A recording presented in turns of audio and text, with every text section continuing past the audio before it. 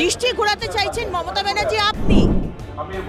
আপনি হিন্দুদের ভাবাবেগ নিয়ে ছিনিমিনি খেলছেন। যে জগন্নাথ ধাম পৃথিবীতে একটাই হতে পারে, জগন্নাথ ধাম 3টে 4টে 5টা হতে পারে না।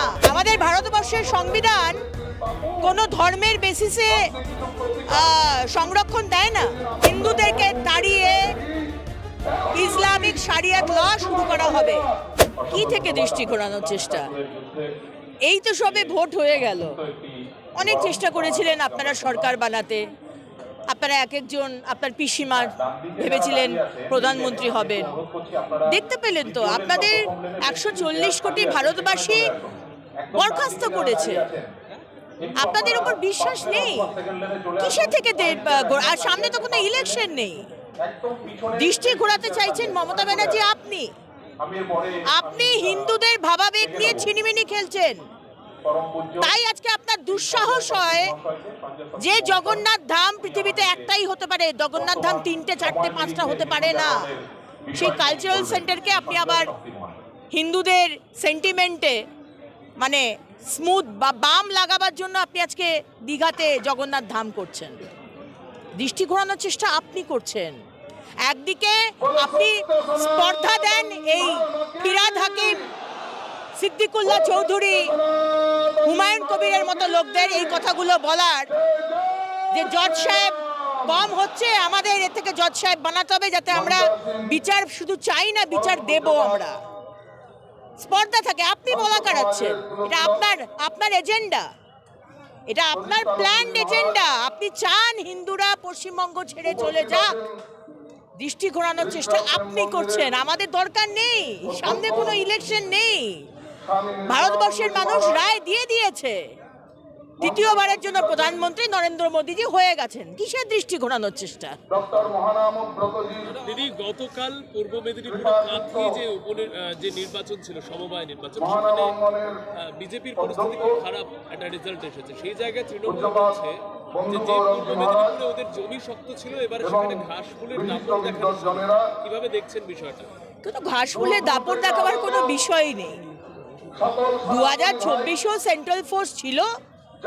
আমি পশ্চিম মেদিনীপুর থেকে দাঁড়িয়েছি, মেদিনীপুরের লোকসভা থেকে দাঁড়িয়েছিলাম, আমি প্রার্থী ছিলাম। সেন্ট্রাল ফোর্স ছিল, লোকসভার ভোট, তাও সেখানে মানুষকে ভোট দিতে দেওয়া হয়নি। তাও সেখানে কিভাবে 2 নম্বরই করা হয়েছে সেটা আমরা সবাই জানি। সুতরাং এটা তো আবার সমবায় সমিতির ভোট, মানুষের রায় নয়। সন্ত্রাস ভয় দেখিয়ে ভোট করানো হয়েছে। সুতরাং এখানে আমাদের কোনো কিছু যায় আসে না।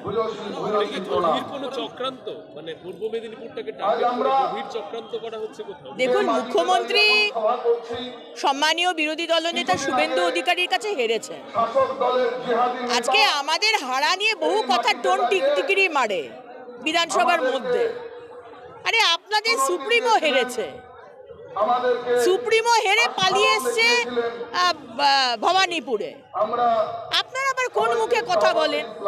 আর সেই জ্বালা মুখ্যমন্ত্রীর মিটছে না। ওই যে 1956 ভোট, বারবার তারা চেষ্টা করছেন যে ওই শুভেন্দু অধিকারীর গড়কে যাতে দুর্বল করা যায়। কিন্তু শুভেন্দু অধিকারী তো আপনাকে চ্যালেঞ্জ দিয়েছে মুখ্যমন্ত্রী। সারা পশ্চিমবঙ্গ থেকে আপনি একটি সিট চুজ করে নিন 2026-এ। আপনি যেখানে দাঁড়াবেন সেখান থেকে শুভেন্দু অধিকারী আপনাকে হারাবেন। সাহস থাকে তো চ্যালেঞ্জটা নিন না, তাহলেই তো বোঝা যাবে। সেই সমাবেশ নিয়ে কি বলবেন? কারণ আমরা জানি যে এই বিজয় মিছিল যে সংগ্রাম সেটা বাংলাদেশে হওয়ার কথা ছিল, কিন্তু আজকে সে বাংলাদেশ ভারতের যে চিন্তা সেটাকেই তারা ভুলিয়ে দিচ্ছে। দেখুন, আজকে আমাদের এই সমাবেশ করতে হচ্ছে, সভা করতে হচ্ছে হিন্দু, পশ্চিমবঙ্গের হিন্দুদের রিয়েলাইজেশন করার জন্য। আজকে ফিরহাদ হাকিম সাহস পান এটা বলার যে আজকে জজ সাহেব কম হচ্ছে, মুসলিম জজ সাহেব। আমরা 17% আছি সারা ভারতবর্ষে, 33% আছি পশ্চিমবঙ্গে। খুব তাড়াতাড়ি আমরা মেজরিটি হব। মানে কি বলতে চাইছেন? আজকে যারা হিন্দু জজ সাহেব, তারা মুসলিম যারা যারা মানে জাজমেন্টের জন্য রয়েছে, তাদেরকে জাজমেন্ট দেওয়া হচ্ছে না? আপনি কি মনে করছেন আমাদের সংবিধান, ভারতবর্ষের সংবিধান উনি অপমান করছেন।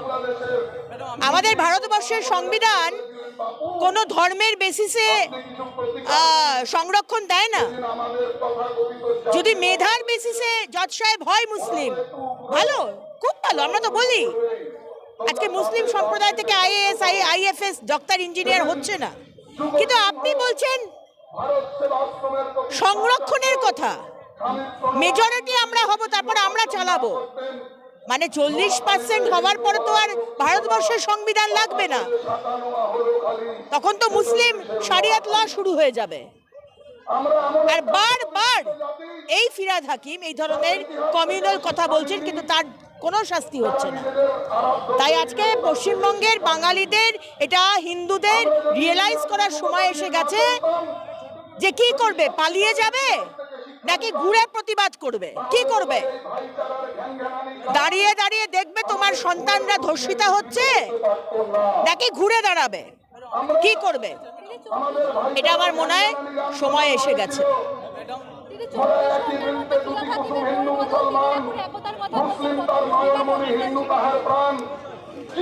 দেখুন, আজকে ফিরহাদ হাকিম বলুন, প্রথমবার এই কথা বলেননি। মিনি পাকিস্তান 50%-এর ওপর এবার উর্দু বলবে।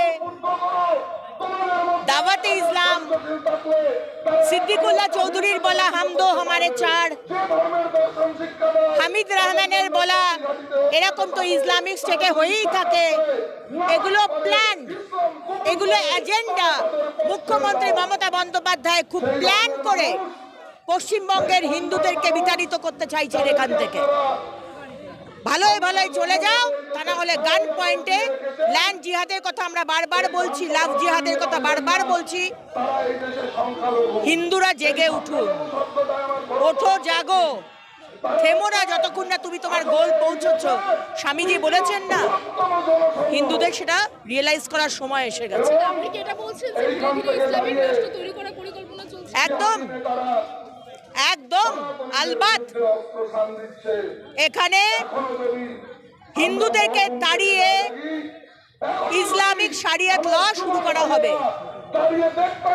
মুখ্যমন্ত্রী চাইছেন যে কোনো হালাতে উনি সিংহাসনে বসে থাকবেন এই 33%-এর ভোট নিয়ে, কিন্তু উনি বুঝতে পারছেন না যে 40% এরা হয়ে গেলে তখন মুখ্যমন্ত্রীকেও আর স্থান দেবে না, মুখ্যমন্ত্রীকেও তখন এখান থেকে পালিয়ে যেতে হবে, সেটা উনি বুঝতে পারছেন না। টিএমসির হিন্দু এমএলএরা বুঝতে পারছে না তাদের কি অবস্থা হবে তখন এরা 40% হয়ে যাবে। এটা চিন্তা করার সময় এসে গেছে। বাংলা হান্টের আরও খবর দেখতে নজর রাখুন। বাংলা খবর মানেই বাংলা হান্ট।